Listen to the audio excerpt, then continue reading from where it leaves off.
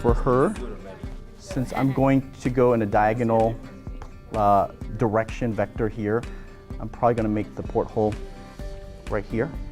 So you're going to use the porthole needle and make a porthole. But you also want to gauge your length, make sure you got enough room with the cannula to go all the way up to that bridge, the side of the nose area. So if you put the porthole right there, you'll have plenty of room with the cannula, okay?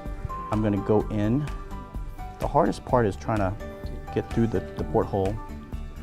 This is a thin cannula, so sometimes it's a little flimsy. I want to go 45-degree angle, kind of dive deep.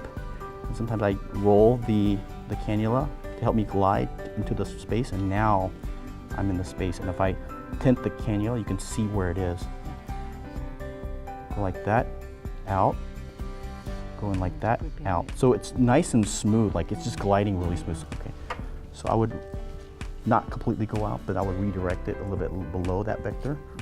Pull out and then redirect. Now the angular artery does course from here going up here, so you're perpendicular to it. So you're not going to parallel cannulate it. If anything, you'll traverse it. If you hit it, that's fine. You just get a bruise. It's not a big deal. Do you feel product going out? Do you see correction? Is it coming up?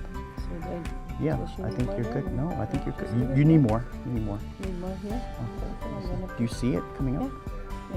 You can access that piriform from here. You'll go here and redirect and go super deep all the way down to the periosteum, scrape bone, and layer a bolus right there. But there I would for sure aspirate because you can access that from this porthole.